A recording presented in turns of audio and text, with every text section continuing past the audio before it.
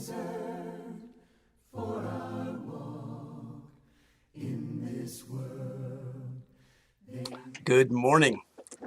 Hope today is a good day for you, and I hope you're off to a good start. Today we're talking about the next mile marker on this path that has been given to us in 2 Peter chapter 1. This path that I'm calling the path to spiritual maturity. It gives us a list of things that we should be building one upon the other so that we grow into a real spiritual maturity. And today we get to the characteristic of perseverance. Perseverance is the act of keeping on, staying with your commitment that you've made to your faith, not giving up or drifting away from that. In spiritual matters, this simply means staying faithful until the end of our lives. That's what is required of us as disciples. It doesn't have a termination point except at our own death. We don't do it for 10 years and then give up. We don't retire from it even. We keep on staying faithful as long as we live. And yet, doing that is going to require some real effort. Yesterday we talked about self-control. Well, today we add to this the idea of perseverance. And the truth is that perseverance requires some real self-control. Jesus knew this. He knew that we were going to run into times that it would be easy, even after we have made a strong commitment, and maybe even after we have lived for years in a strong, faithful relationship with Him. He knew that we would run into periods of time that it would be easy to drift away. He gave us a parable about this in Matthew 13. We know it as the parable of the seeds, although I think maybe it ought to be called the parable of the soils, because it talks about the different kinds of soils that the seed is sown in. In Luke 8 verse 11, it says that the seed is the word of God. And so putting it in this context, this really is the parable of the soils as well.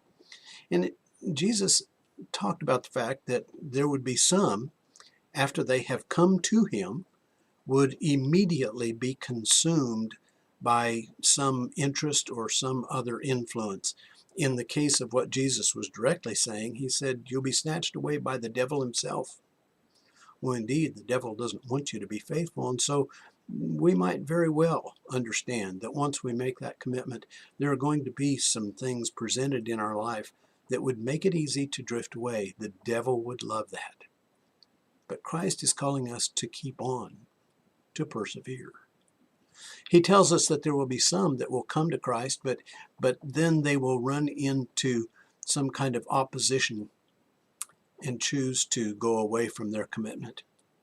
He tells us there will be some that will in fact take root and appear to be growing quickly in their spirituality, but then they'll run into the conflicts that are presented by the cares of this world, and they'll fall away again from their commitment to Him.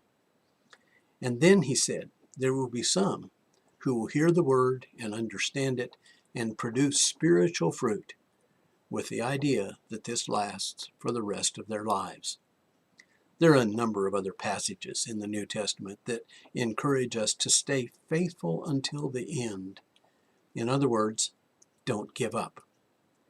Make that commitment indeed, but then stay with that commitment, because that commitment to Christ is not a temporary thing. It is a once and forevermore, with an emphasis on forever. It is a commitment to Him, a promise to Him that we will stay faithful, and He doesn't want us to go away from that. The truth is, though, that staying faithful is tough. We run into some things that we might never have expected, and it requires real work for us as disciples. We all have family and work and friends, things that are good in and of themselves, but they present us sometimes with a conflict in our faithfulness. Sometimes we go through hard times in which we find ourselves experiencing a time that it would be very easy to simply back away and to disregard all the time and the effort that is required for real discipleship. Now, I want to point out something that should be very obvious for us. I want to point out that faithfulness is not just keeping on going to church. Faithfulness is so much more than that, because faithfulness is really talking about our continued relationship with God. There are people, loved ones, whom we all know of, who are very faithful even after years of not even being able to get out of their house, shut-ins, people who are limited physically in such a way that they cannot get up and get about. And so faithfulness is not measured by attendance. It is much more than that. However, it is, in fact, for those of us who are able to get up and out and move about in the rest of society, if we are not attending, it may very well be an indicator that our faith is lacking. There is also a truth that I think we only learn about if we have experienced it. If you have gone through a period of long absence from the church, it's hard to come back. No matter how faithful you've been, no matter how strong you are spiritually, it's sometimes hard to come back. Because if we've been gone for a while, maybe because of an extended illness, maybe because we have been caretakers, maybe we haven't even been in town for a long, long time. And yet there comes that time that we come back to that body of believers that we're used to being with. The truth is that it can be very hard. And we need to be very sensitive to this. We know that we should come back, but we don't want to answer all the questions about why we were gone or what was involved in that. We don't want people to make a big deal about us coming back. And we dread the jokes and the comments that really cannot be answered simply. I want to tell you, I have made the mistake of seeing someone who hasn't been here for a long time for whatever reason, and I have made some joke about them needing to place membership again. I've learned that those jokes are really not very funny. And those jokes put that person in a very awkward position. Rather, when we see someone who hasn't been there for a long time, it is not a time for us to start asking questions. Maybe that will be appropriate later, but it's certainly not a time for us to start right then. It's not a time for us to preach at them about that they should have been there all along. Certainly none of that. All that it's time to do at that moment when we see somebody who hasn't been there for a while, it's time to simply love them back into the flock.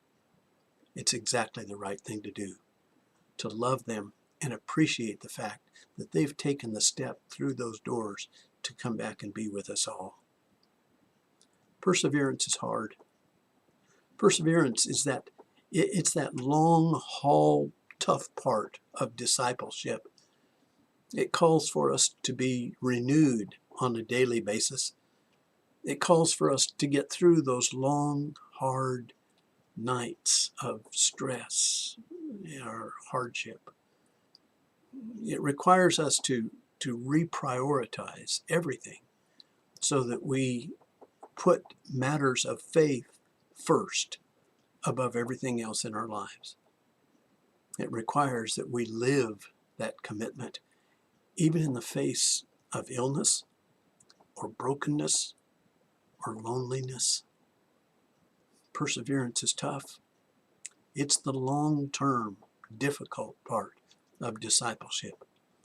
It means that we put God above everything else, even all the other good things that are in our life, things like work or family, things that we can justify having spent time with. And yet, if we spend more time and priority time doing other things and forsaking our faithfulness with Him, then we've really missed what life is all about.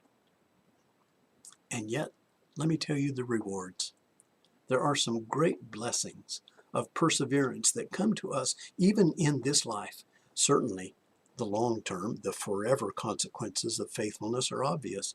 But there are some rewards that come now because of perseverance, that come only after we have been there for a while.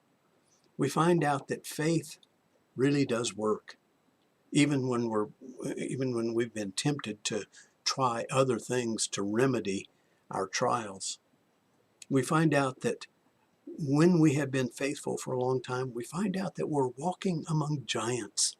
Giants, both those in the Bible, as we find in Hebrews 11, and we walk among the giants of our time, people who have demonstrated their strength and their faithfulness and their endurance over a long period of time.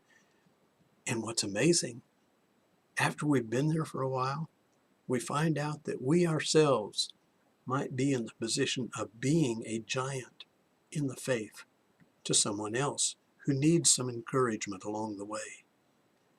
So today, Christian, let me encourage you to hang in there. If you've been gone for a while, maybe it's time to come back. If your faithfulness has been lagging, maybe it's time to renew that.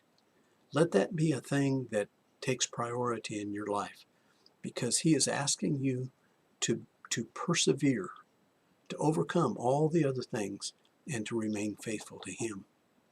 Remember that at the end of this long haul, it's him, God himself, who is waiting there to greet you with, "Well done, my good and faithful servant."